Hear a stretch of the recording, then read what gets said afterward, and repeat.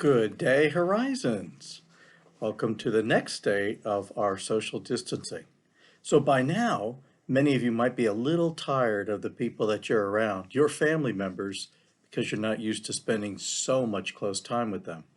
So then let's look at the topic of communication. Super important right now. Skills that you've learned and practiced since you were young and got better at while you were at Horizons can help you during this time when we're quarantined in our home. And they're also important skills for future employment. So let's look at some tips and then a challenge for you. First, it's hard sometimes, but practice just listening before you speak. Hear the other person's side, consider what they're saying, don't rush to interrupt. It could be helpful to write down your thoughts if you want to say something, and you can hardly wait. But don't interrupt the person that's speaking because what they're saying is something they want you to hear. Watch your body language. If you're looking down at your phone, if you're looking out the window, you're certainly not paying attention to the person that's speaking, and that's rude. And you don't want to do that.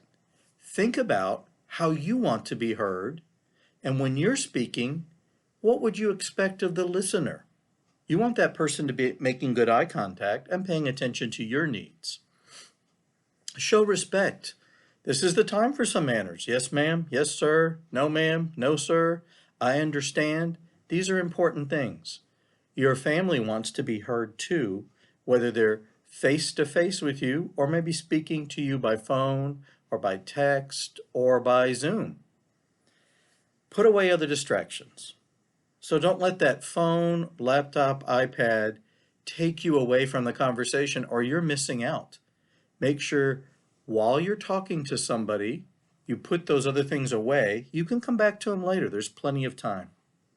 And you might want to prepare in advance. Maybe it's a difficult topic to talk about. Again, take a few notes or practice in your room by yourself before you talk to the individual so you have your key talking points.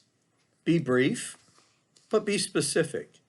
Be honest and use first-person statements. I feel, I understand, I would like to know.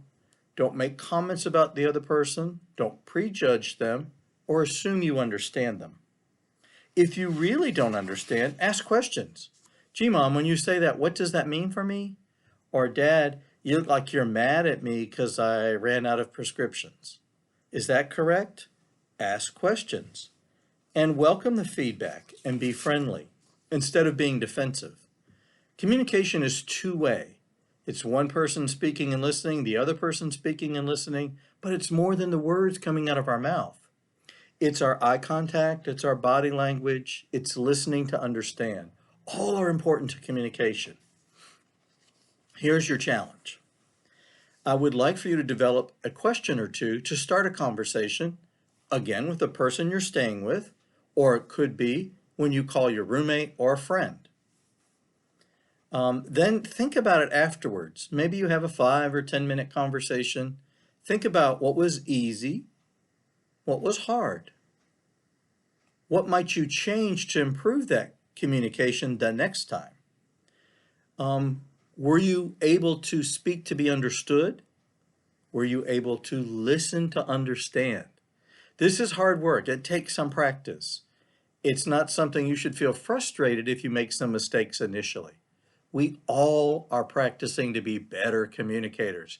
And what better time than now when we're doing quarantine and social distancing?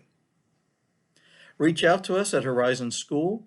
We put lots of good information and updates on the student page, the news and updates student page of our website, https@horizonschool.org.